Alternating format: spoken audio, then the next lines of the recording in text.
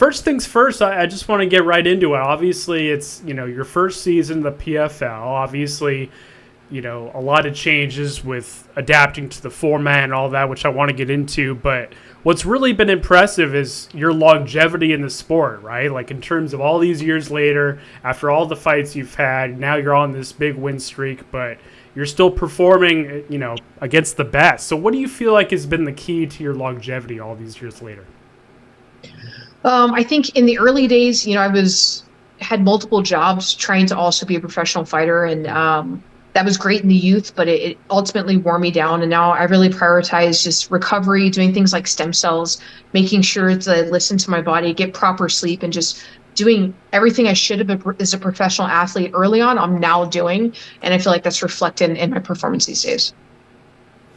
And in terms of your training and your mental preparation and all that too, do you feel like that's really enhanced and really taken that next step, all these years later, especially over the last 5 years or so? Yeah, I definitely think that is another thing that I attribute to the success that I'm having. Absolutely. And I got to ask you too, like in terms of the season format with it being so unique and fighting for points and obviously being in this spot in the postseason, have you found that you've had to kind of adapt your style to the format, so to speak, in terms of, looking for the finish like we saw in your last fight and all that? Has that been kind of an adjustment for you? No. For one, I know that for a lot of people, like the going back to training is a new adjustment, but I usually after the fight, I'm training at 6 a.m. the next day, doing cardio, doing weight training, back to the gym on Monday. So that's no different for me other than I have a focal point of what I'm trying to achieve now in training. And then as far as like what I do, I've been trying to hunt for finishes since I left the UFC and moved to Bellator. So this just gives me like a representation point wise what that looks like. And that's fun. It's like, okay, I walk out there, I'm like, I got 6 points, as opposed to like I got a first round finish. I have something that can relate and really signify what it is that I'm trying to achieve.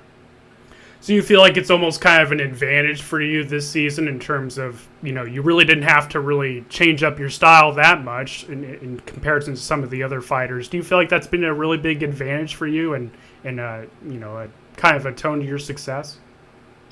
No, because I feel like it could very easily find a girl who thinks that she's going to lose against me and just try and coast it and play safe just to get a decision win, knowing that could ruin my chances. Like you don't know mentally where they're at, or somebody could be willing to cheat, or someone that's also usually is like, I just want to coast to a decision win and play it safe, instead is trying to knock your head off and finish you. So it definitely changes, I think, for some other people how they perform compared to what they usually do to change dynamics for me.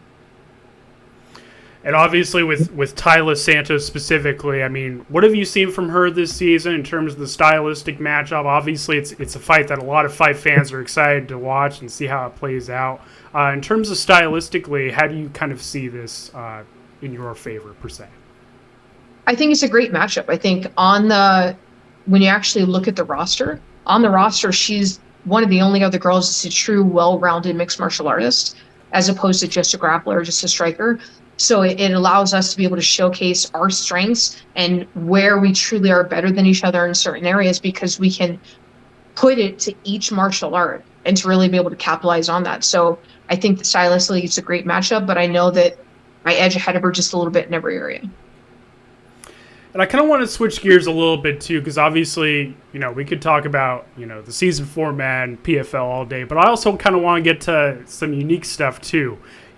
What's really unique about you is you're seen by many as one of the big pioneers of women's MMA, right? And that always gets discussed when we talk about you in the media.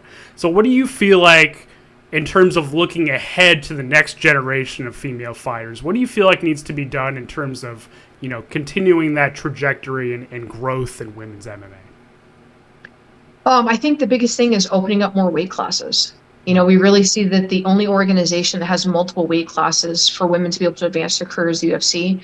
And the reality being is that the other organizations have the talent and they just need to open it up more to be able to get women there. And that will be the growth of the sport, is adding, for each of the organizations outside the UFC, is adding more weight classes, getting the 35ers, getting 15ers, getting, the 45 and 55ers. One thing PFL showed is that there are women that can perform at a high level in the 55, when before, like, we were always like, 45 used to be the sloppy weight class, right? It was the equivalent of the heavyweights. And we added a 55 and showed that that's not true, and then even dropped it down to 45. So I would love to see more opportunities for women in PFL to be able to get them out there and showcasing their talent. Do you know why that hasn't happened yet in terms of adding more weight classes? Do you have any insight in terms of anything you can tell us? I don't. I think that in part it's just funding. When you have so many weight classes, you have to bring out, especially PFL, we're talking, you're bringing out another $1 million, that you're throwing into the jackpot. So that takes a lot of money to get that going. And I think with the other organizations is they're worried that they'll start to thin out the weight classes that have grown popularity by adding other ones in there. When I don't think that's the case. I think that we're missing out on talent that doesn't have a chance to rise up. And another thing with adding more weight classes too, and one of the benefits of that is obviously fighters can fight at a more natural weight class, right? In terms of, Exactly. Adding like a 35, 45, 55. In terms of weight cutting specifically, I know you mentioned in a couple of interviews with my colleague Drake Riggs that the last weight cut was a little rough for you specifically. Can you kind of give us some insight into some things that you feel like need to change in terms of weight cutting and just the process and all that? Yeah, I think nothing can change if there's not more weight classes. And I think when we have such a disparity where there's a 10-pound difference between the weight classes, it makes it that much harder. I mean, 135 to a 125 female, like if you put me against a 145 female, those are two different human beings. There's substantial size differences. And so to make women have to do those large jumps one way or the other, that's asking too much. And the same thing for men.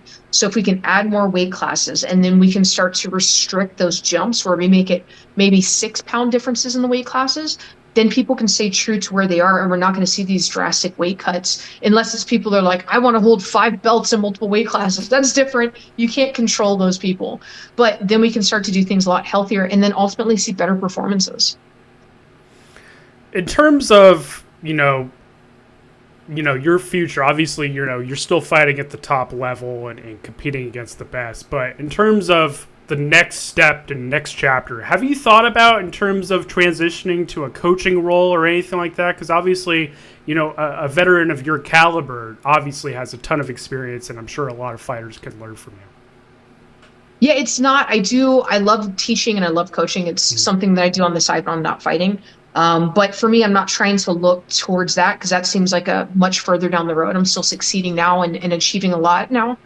And then also, I think as much as I would love to believe that I could be a great coach and I could open my own gym and do all these things, the reality is still that women aren't usually in those roles. That I could have this great male athlete, but he will still want a man to teach him rather than a female, even if she doesn't have as many, or he doesn't have as many accolades as she does. And that's a sad reality that we're in right now. So that future still doesn't make sense for me yet, and some things have to change before that could happen.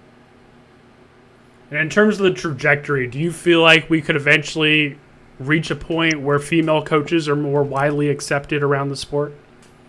I think we should. We have enough women and enough weight classes now with women achieving great things and making history that it's hard to dispute their abilities. And we'd be foolish to disregard what they have to offer and their ability to see some different insight and different technique perspectives that males don't necessarily catch on to. All right. Well, Liz, I appreciate the time. Thank you so much. It's great to chat with you again, and all the best. I'm sure we'll chat again soon. Thank you so much.